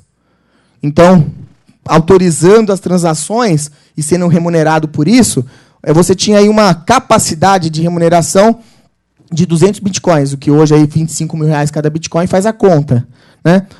Hoje, né, em 2015, na verdade, um dado aí atualizado, levaria 98 anos para minerar um bitcoin, se você tivesse só computador trabalhando e processando, porque o volume de dados, o volume de autorizações de cálculos necessários, então, por conta aí da moeda, acaba sendo grande. Então, por isso que a alusão à mineração é justamente a do ouro. Então, se você acha uma mina de ouro, no começo vai ficando, é fácil, você vai achando, só que depois, para você encontrar mais ouro, vai ficando cada vez mais difícil. Então, você vai sendo menos remunerado e chega um momento que para. Então, efetivamente, no momento que para, aí as transações passam a ocorrer somente, e aí, efetivamente, naquilo que está disponível de moedas disponíveis, né? Na prática, para minerar hoje, né, uma moeda como, por exemplo, o Bitcoin, existem infraestruturas dedicadas, sistemas dedicados, aí os ASIC aqui, que são dedicados para isso. Então, não dá para largar o escritório de contabilidade e fazer mineração ainda de criptomoeda, a menos que você consiga um conjunto grande de colegas no Brasil inteiro para fazer isso. Talvez, quem sabe, né, se eu ligasse o computador dos 500 mil contadores hoje no Brasil, né, daríamos para criar um grupo de mineração, né, que é o que eles chamam, né, são as piscinas, né, então eles chamam aí, são os grupos de mineração. Aí poderíamos até pensar aí numa maneira de rentabilizar todos os computadores que nesse momento estão desligados no Brasil, né, lá nos escritórios de contabilidade. Até daria para pensar uma coisa assim, né, fica aí como ideias futuras. Então é isso, pessoal. Uma das aplicações práticas do blockchain é a moeda eletrônica, moeda virtual, a criptomoeda. Além dessa aplicação, para a gente chegar aí à conclusão, então existem os tokens e os contratos inteligentes. Então, o primeiro item aqui é o armazenamento dos registros digitais. Os tokens são uma aplicação também interessante do blockchain, porque o que acontece? Aqui eu estou tratando esse blockchain aqui como uma moeda. E o blockchain, o Bitcoin, ele foi concebido para ser utilizado como uma alternativa ao dólar, ao euro, ao real. Mas eu posso criar uma blockchain para trabalhar como uma chave, né, a determinados bancos de dados.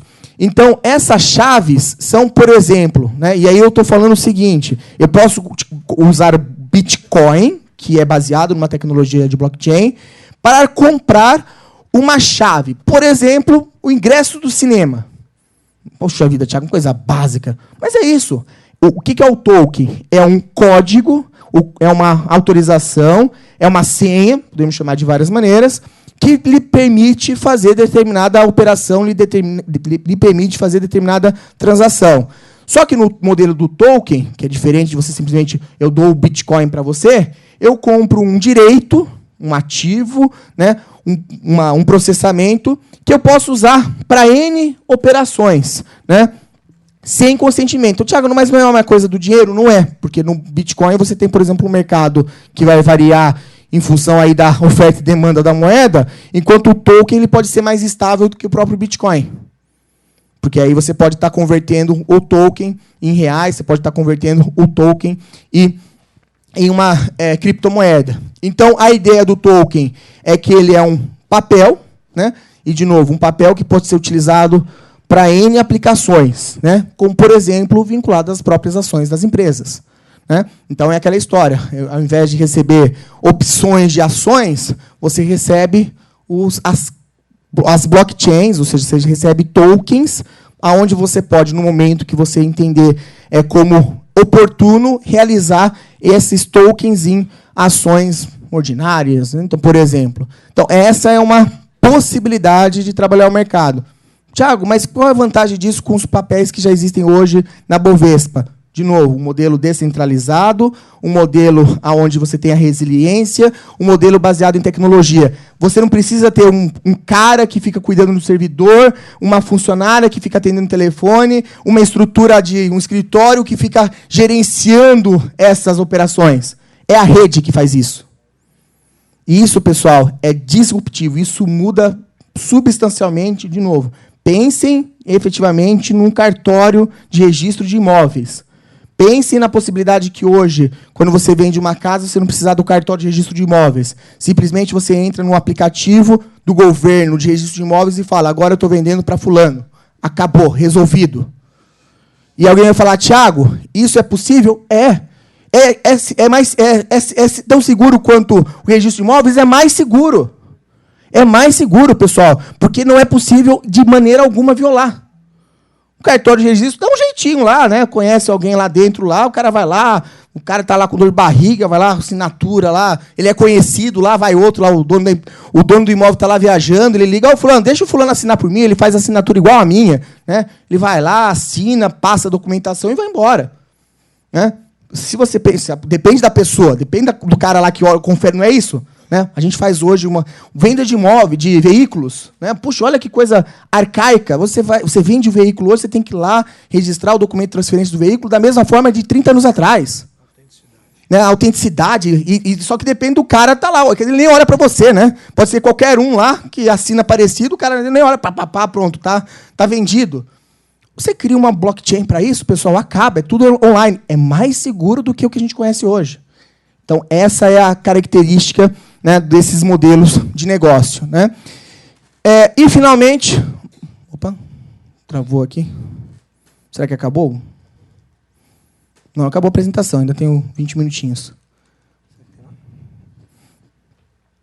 Deu uma falhada aí na apresentação. Deixa eu ver se...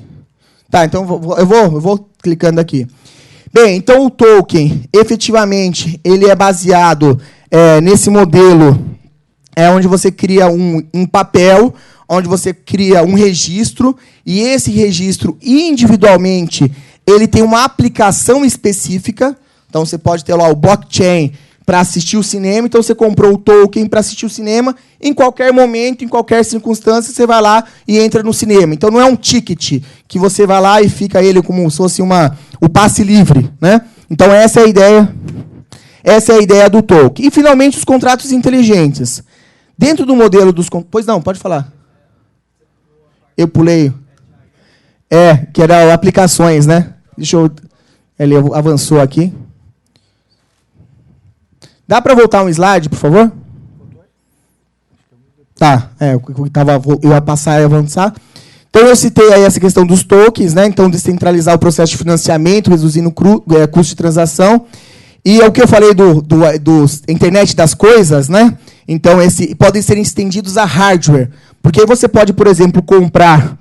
A ideia desses tokens é que você pode comprar simplesmente uma televisão, e essa televisão, qual é a ideia da internet das coisas? Ela já vem com determinada quantidade de tokens para você assistir a Netflix. E isso não é no modelo de contrato, onde você vai lá, cadastra o usuário... Não, simplesmente você tem lá uma determinada quantidade de registros eletrônicos, criptografados, que lhe permitem assistir por 6 meses o Netflix no momento que você quer. E se você não quiser, você passa para terceiro. Isso é legal.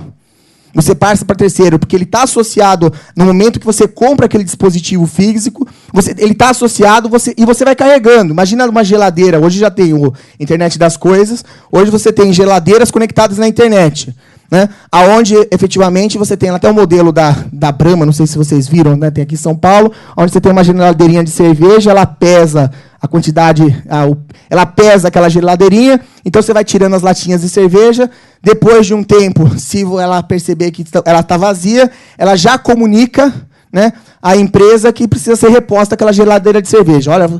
Olha que vantagem, olha que coisa boa. Só que aí, qual é o problema? Né? Ele vai comunicar e vai depender do seu sistema bancário, que vai debitar no seu cartão de crédito, que você vai pagar a taxa bancária para poder pagar a cerveja lá que o cara vai repor a sua geladeirinha. Você pode simplesmente comprar essa geladeira e já atribuir a essa geladeira uma quantidade de vale cerveja.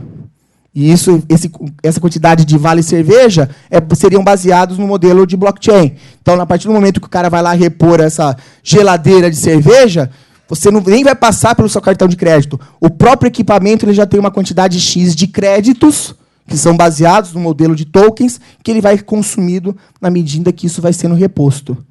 Tiago, isso é coisa de doido? Não, isso é coisa expede. Ou seja, coisa que parece... Se é coisa que parece distante, ainda mais cerveja, né? Isso daqui vai funcionar rapidinho. Né? Pode... Dúvida? Desculpa, pode falar. Dúvida? Não? Então, essa é a ideia da internet das coisas. É porque aí você consegue atribuir, como nós estamos falando de registros eletrônicos, que têm validade do ponto de vista daqueles que são usuários daqueles registros eletrônicos, são irrefutáveis, então você não pode questionar a integridade daquilo, a autenticidade daquilo, então aqueles registros passam a ter valor para todos os fins. E, finalmente, os contratos inteligentes. Então, os contratos inteligentes, né, são uma outra aplicação que tem muita proximidade com o que a gente faz aí em termos de contabilidade, aonde nos contratos inteligentes nós estamos pensando de processos aonde eu estou transacionando informações, e aí as informações podem ser informações financeiras. Então, eu crio um contrato inteligente, onde eu crio, numa regra de software, o que é essa acordo entre partes encapsulada. Então, por exemplo, um instrumento swap, onde eu falo, olha, se a flutuação do dólar foi essa, você vai pagar para mim tanto, se a flutuação for tal, eu vou pagar para você tanto.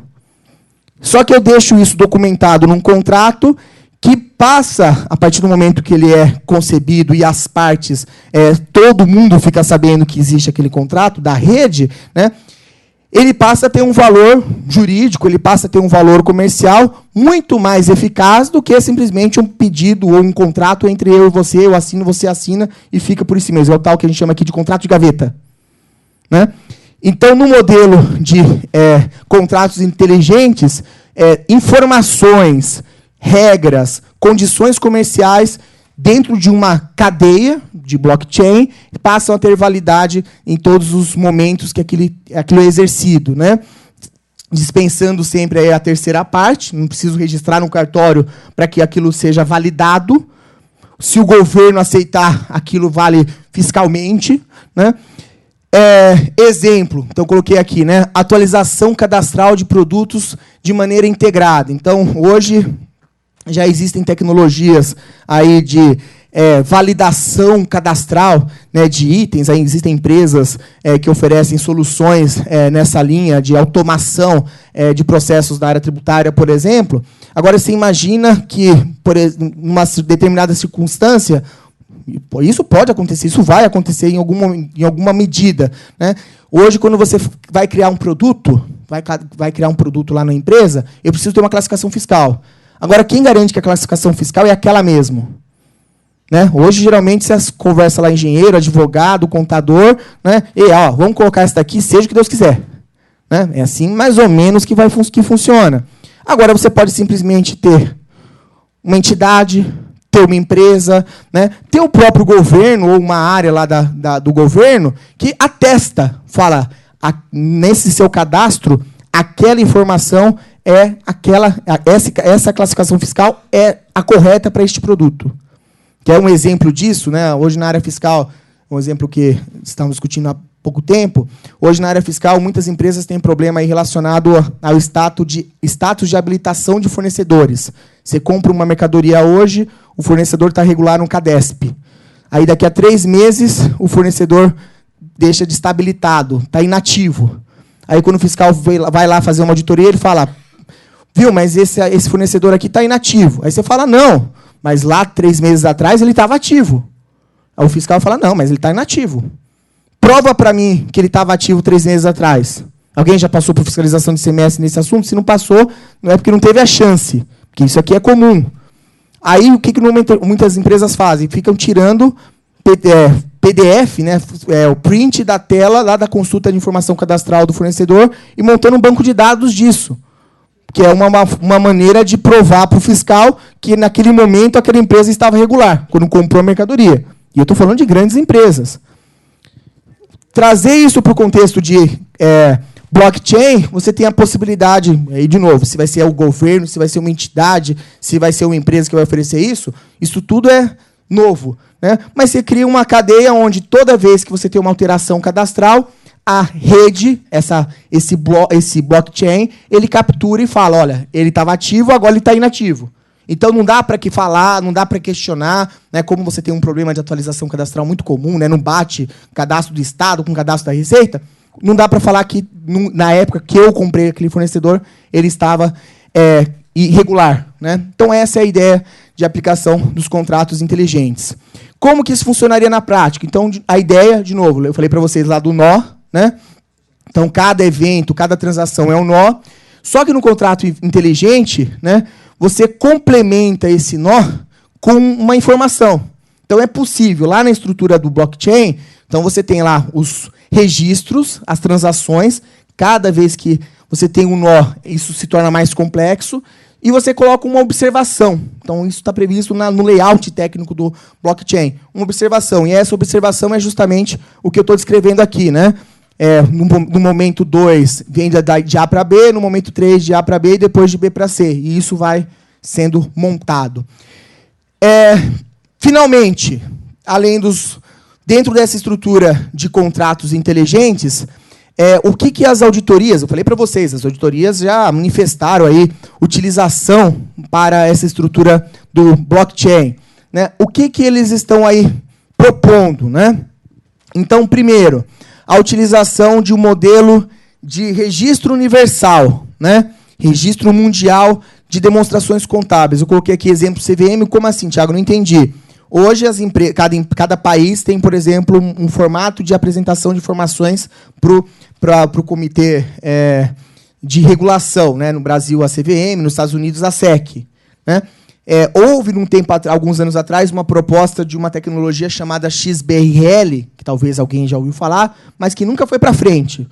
E uma das desvantagens da tecnologia XBRL, segundo aí as próprias empresas de auditoria, foi justamente que era um modelo sem muita assertividade, ou seja, era o XBRL, uma evolução do XML, mas ele era muito mais uma linguagem de programação, e linguagem de programação por linguagem de computação, fica com o SPED, fica com o TXT. Só que a partir do momento que você tem a possibilidade de padronizar um modelo criptográfico, onde a empresa publica uma informação contábil falando o meu ativo em 31 de dezembro é de 10 bilhões.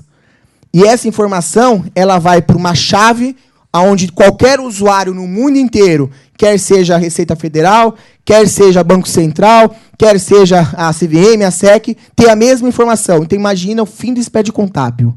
Né? Então, onde uma empresa ela divulga uma informação contábil, e essa informação contábil ela é consumida por todo mundo. Por quê? Porque ela está numa chave criptográfica, ela está numa chave de informação onde você não consegue violar, e você tem toda uma rede de computadores atestando que aquele dado tem confiança, aquele dado é aquele mesmo, aquela transação, aquela informação é aquela mesma. Né?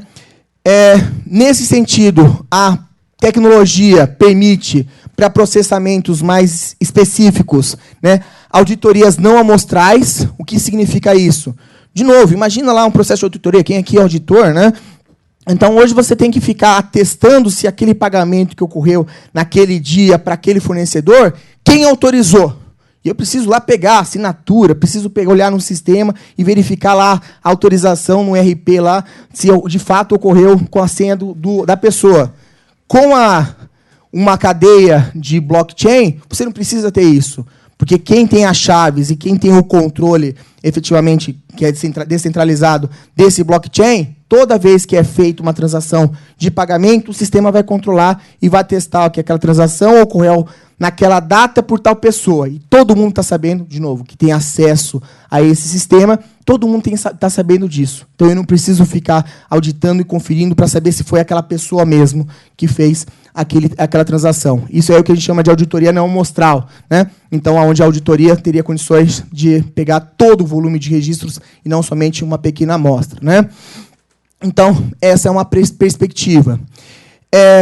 Outra perspectiva aí de auditoria, né? Esse quadro aqui é bacana também.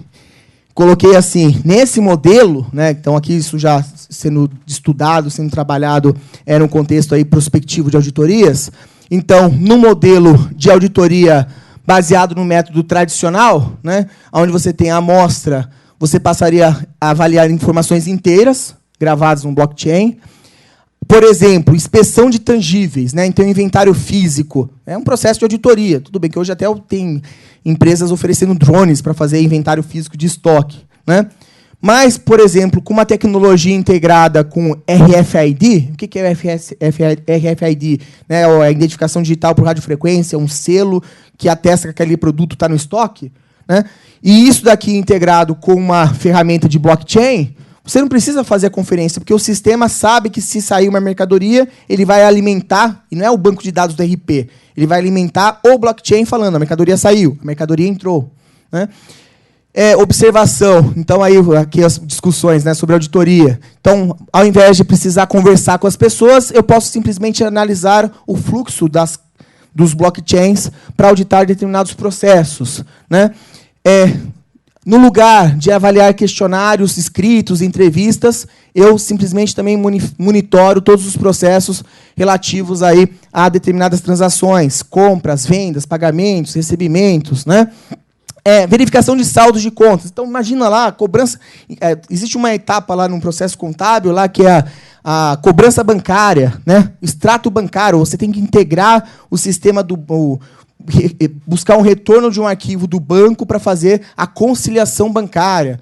Poxa vida, tudo bem que hoje você já faz de maneira muito mais fácil do que há 20 anos atrás, nos sistemas manuais, você precisa imputar todas as informações. Só que você tem que conferir essa conciliação, porque vem um arquivo autorizado, eu posso simplesmente amarrar isso numa cadeia de blockchain, onde a informação que entra no meu sistema contábil do próprio banco, por exemplo, ele só entra mediante um processamento de um blockchain, ou seja, numa autorização e que fica criptografada. E por aí vai, né? Então, essa é a premissa aqui do modelo de auditoria. Em outras palavras, então, qual é a visão aí apresentada hoje pelas auditorias? Isso que eu estou falando de blockchain, alguém deve estar pensando, mas, Thiago, espera aí, você está falando que você vai vender esse produto? Não, não é isso, né? Então, por exemplo, esse modelo de blockchain aplicado a processos contábeis, né, as ponderações que existem hoje já, é que as próprias entidades contábeis, aqui eu coloquei órgãos de regulações, nada impede de colocar o SESCOM aqui no meio, né, as próprias entidades contábeis seriam responsáveis por serem garantidoras deste blockchain, ou seja, eles propõem esse bloco, assim como, de novo, surgiu o Bitcoin e depois você tem lá uma rede trabalhando em cima desse blockchain, que é o Bitcoin, e você cria um registro, ou seja, registros contábeis. E você tem uma rede formada por entidades contábeis, entidades reguladoras, né, que efetivamente garantem, propõem, oferecem essa lista, né, de registros autenticados, e o auditor fica só lá conferindo as informações nessa lista de registros autenticados. Então, de novo, são potencialidades que vocês verão no curto prazo. Tem uma abordagem aqui, porque aí quando eu falo disso, e esse daqui eu coloco como um parênteses, né? Até em umas discussões mais recentes. Quando eu preparei esse material aqui, eu pensando aqui na atividade do SESCOM, mas aí nós participamos de alguns eventos e há uma até atualização sobre esse assunto. Esse trabalho aqui, que é um trabalho na área contábil, né, de RPs baseados em blockchain, há uma ponderação que, é claro, hoje eu posso imaginar que, então, grande parte dos processos que vocês têm lá no sistema contábil, Contimatic, Folematic, ProSoft, Oracle, SAP, TOTOS, Master Safre, né, eles podem estar sendo migrados não mais para um registro de banco de dados, onde você tem um usuário e senha que alimenta o sistema de informação, mas sim blocos, né, de autenticados, blocos interligados, as ledgers, e essas ledgers, efetivamente, elas vão controlar determinadas transações. Então, a premissa, né, é que os sistemas RPs eles possam, no futuro bem próximo, migrar para esse modelo de blockchain. Há uma ressalva aqui, que é a seguinte, né? Não é migrar todo o RP, puxa, eu vou ter que implantar outro RP, não é isso. Mas alguns processos críticos, que hoje você tem o sistema só como um sistema de processamento para gerar relatório, você passa a ter um sistema, como o SPED foi para o próprio fisco, né? Um sistema de documentação e de autenticação, de validade jurídica, né? Dentro dessa abordagem aqui do RP, migrando para o blockchain, contudo, há uma preocupação muito grande hoje, na prática das empresas, que é o custo de informação. O blockchain, como a gente costuma dizer, ele é caro, né? A estrutura, então, de novo, vamos imaginar o blockchain como um registro, um lançamento lá na contabilidade. O que eu tenho um lançamento na contabilidade? Eu tenho um débito, crédito, histórico, valor. Agora, imagina esse lançamento da contabilidade, um débito, crédito, histórico e valor, e mais 150 caracteres que correspondem à chave criptográfica. Isso necessariamente gera uma base de dados mais robusta, uma base de dados que exige mais capacidade de processamento. Essa é uma visão simples do que vem a ser o blockchain. Então, ele é bacana, porque oferece essa estrutura interligada, só que, por outro lado, ele exige mais recursos, ele é mais caro, né? Então, a ideia aqui não é substituir base de dados, planilha Excel. Tudo é blockchain, Thiago? Não é isso. Mas, para aquilo que eu entendo, que é um processo crítico, que é uma operação, que eu preciso amarrá-la em termos de auditoria, então eu posso simplesmente, eu não preciso colocar todo o pedido de compra no blockchain, mas, por exemplo, eu posso, no blockchain, listar quais são os pedidos de compra e os valores desses pedidos de compra.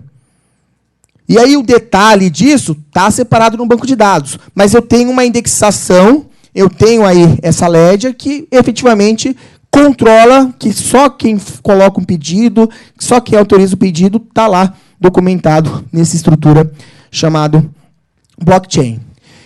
Finalizando, então essa é a visão proposta, né, atual. Então aqui eu já coloco algumas impressões sobre o que vem a ser o blockchain. Então, uma percepção imediata. Há uma perspectiva, né, de mudanças significativas naquilo que a gente conhece hoje no ambiente de certificação digital e de SPED, com o uso do blockchain. Então, a tendência, né, é que, por exemplo, a Receita Federal possa criar aí, Receita Federal, SERPRO, uma entidade, mas possa criar uma blockchain onde substitui grande parte de processos, e não é mudar o front-end, ou seja, aquilo que você enxerga lá no layout do SPED, não é isso, mas mudar como a base de dados é estruturada. Então, cada vez, eu fico num exemplo muito simples, que acontece hoje no E-Social. Então, para quem trabalha aqui com o SPED, quem conhece o social, porque o social você tem lá, por exemplo, aquela questão dos eventos. Então, você tem um XML para cada evento.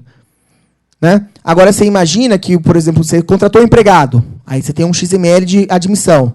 Mandou ele embora, você tem um outro XML de demissão. Mas você imagina que, e a ideia é mais ou menos assim no blockchain, é que aí você tem um blockchain para cada empregado. E aí, quando você contrata, você cria um blockchain para ele. Quando você demite, no mesmo ledger, que seria o registro, é a ficha corrida, você coloca lá a demissão, ou o afastamento por saúde.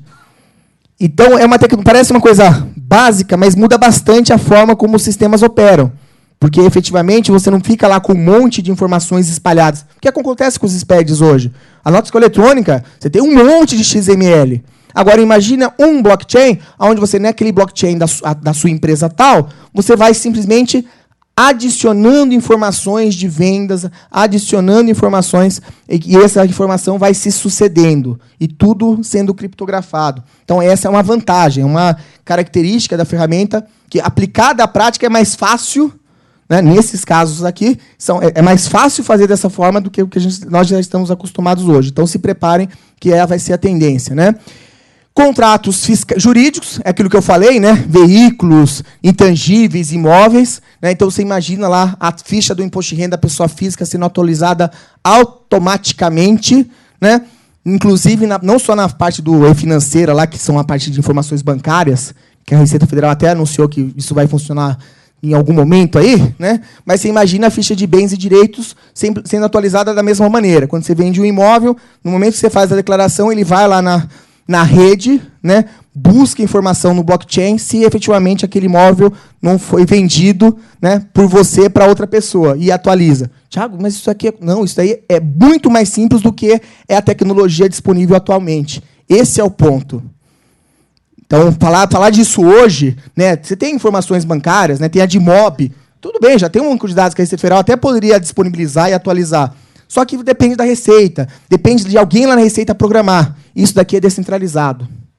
Tá? Então, realmente é algo que tem um potencial gigantesco. As conciliações automatizadas, como eu disse, né? Então, a possibilidade aí de dispensar a conferência, dispensar essa necessidade de ficar integrando sistemas de informação da empresa com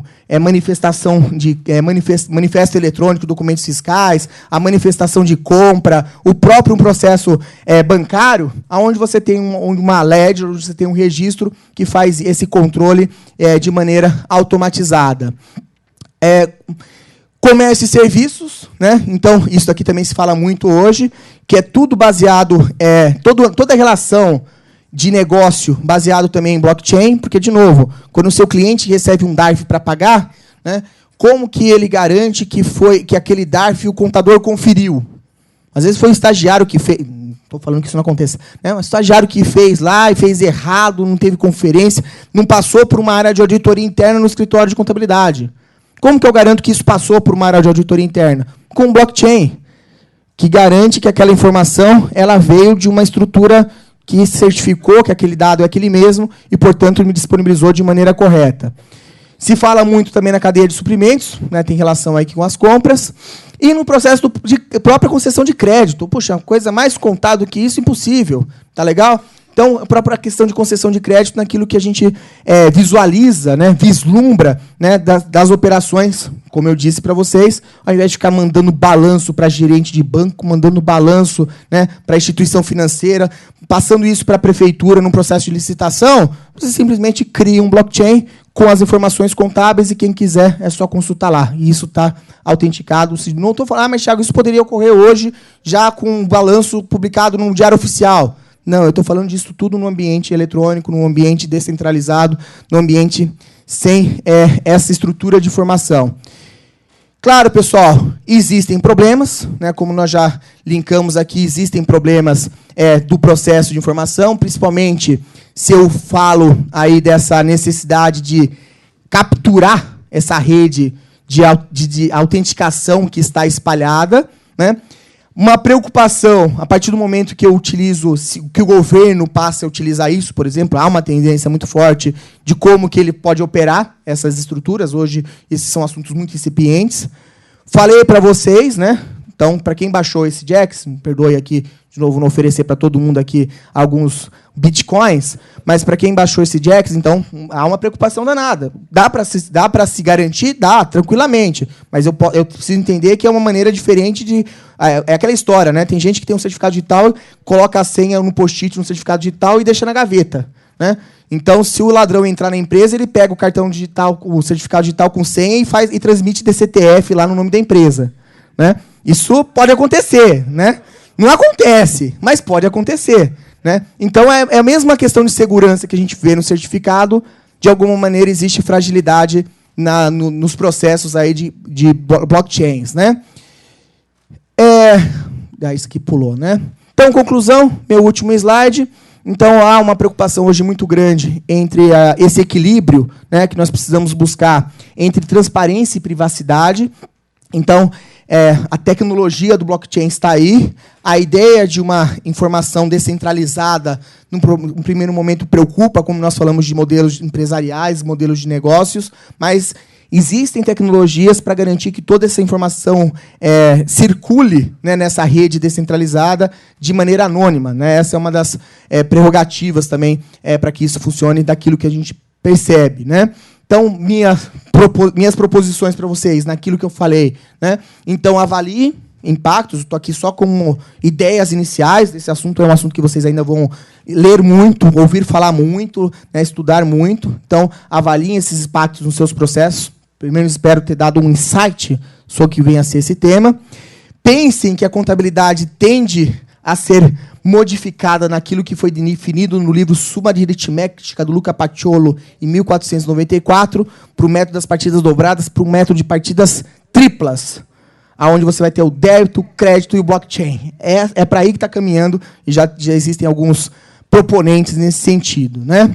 E a conclusão? Afinal de contas, Thiago, blockchain é uma ameaça ou uma oportunidade? O que está desenhado hoje é que é uma bela oportunidade de se simplificar processos, de se agregar novos produtos que hoje não estão no hall de serviços de quem presta serviços contábeis. E é o interessante aqui, porque, de novo, quando eu faço uma leitura, quem lê a revista Exame, quem lê a revista Veja, quem lê um pessoal da área de tecnologia falando de blockchain, o pessoal lê, fala isso tudo como se fosse uma coisa tão desbravadora. Aí eu falo, mas caramba, isso aqui a gente já faz mais ou menos igual no certificado digital, a gente já faz mais ou menos igual no SPED no Brasil. Não é a mesma coisa, sem dúvida. Mas nós temos, profissão contábil, potencial de sermos precursores.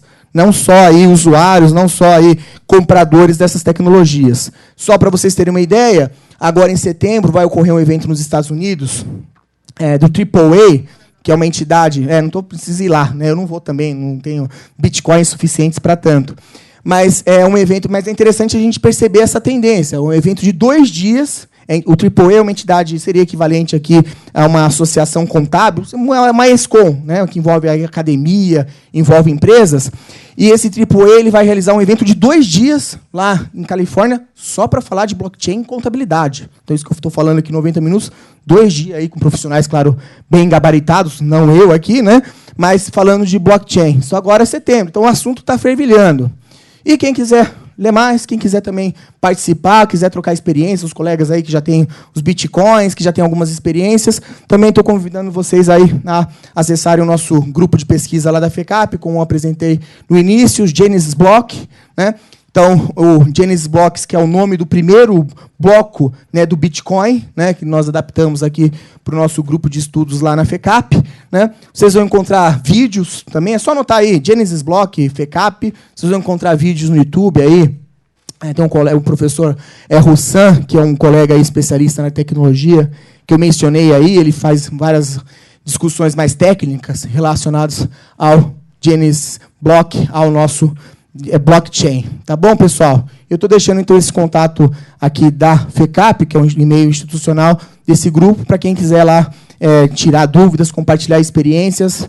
Estamos à disposição lá na FECAP, mas eu estou aqui, né, foi a proposta que eu fiz aqui para o SESCOM, né, na Universidade Corporativa, de tentarmos identificar potenciais. Estamos aqui, é um primeiro evento, acho que no Brasil. Eu pesquisei, não achei nada blockchain e contabilidade. Então, vocês são aqui precursores. Daqui a pouco vocês vão ver pipocando palestra, blockchain e contabilidade. Fala, poxa, eu já fui em alguma. Tudo bem que foi uma porcaria, o Thiago lá, né, como contador falando de blockchain, mas vocês vão perceber que não vai fugir disso. Que talvez eles vão ter mais, em outras oportunidades, teremos mais tempos, quem sabe, daqui a pouco a gente está fazendo um curso de 8 horas só para falar desse assunto, tá?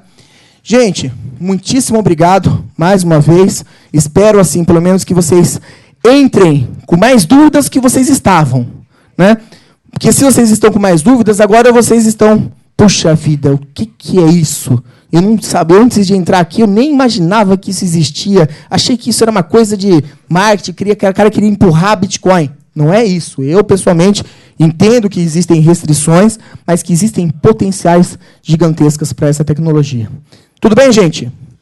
Muito obrigado. Agradeço muito aí a participação de todos, que para mim, se vocês estarem aqui, é uma maravilha, tá? Porque efetivamente eu sei que não é nada fácil aí, tá bom? Mais uma vez, muito obrigado.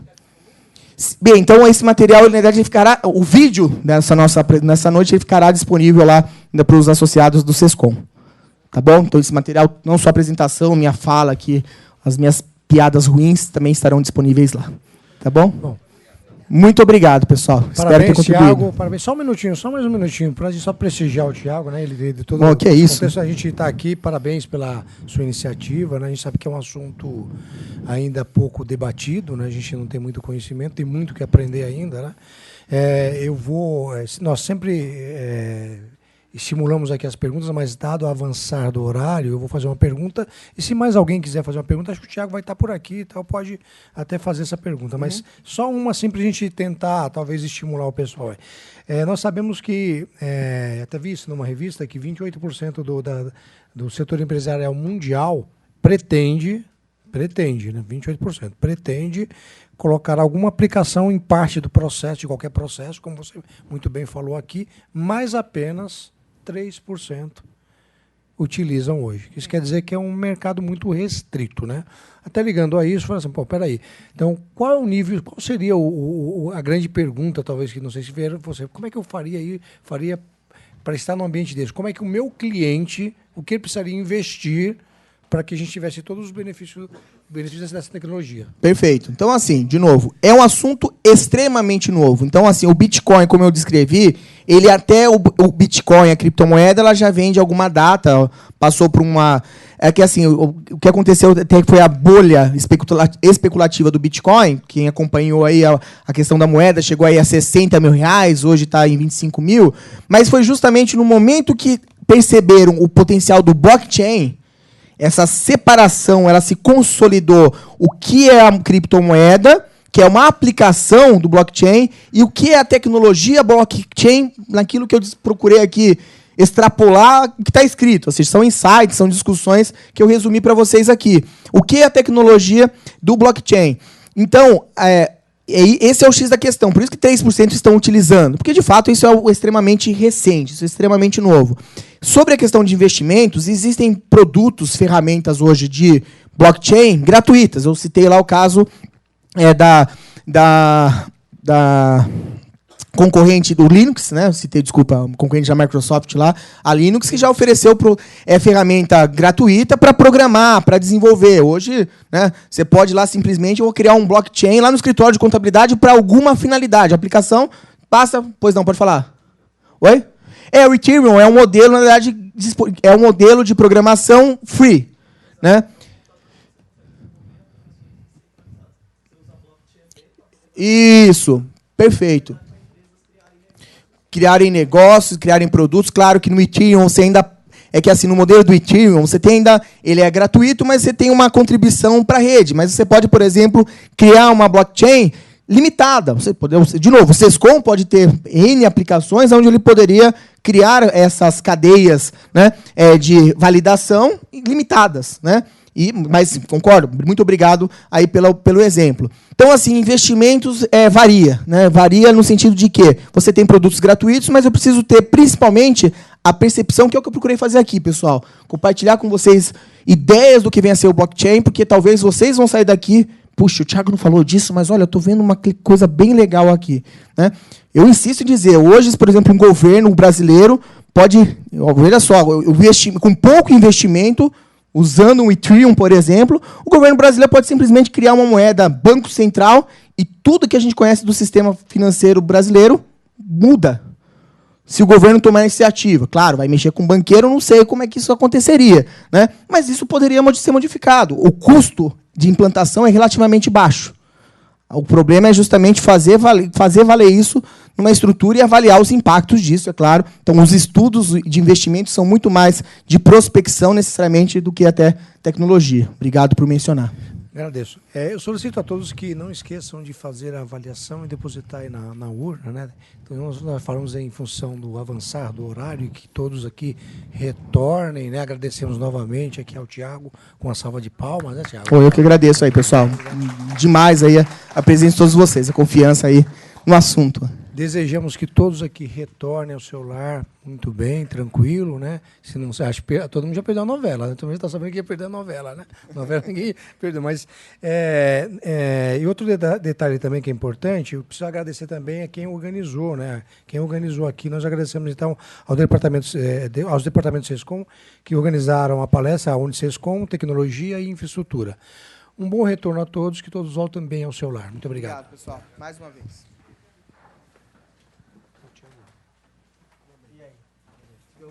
Deu para entender?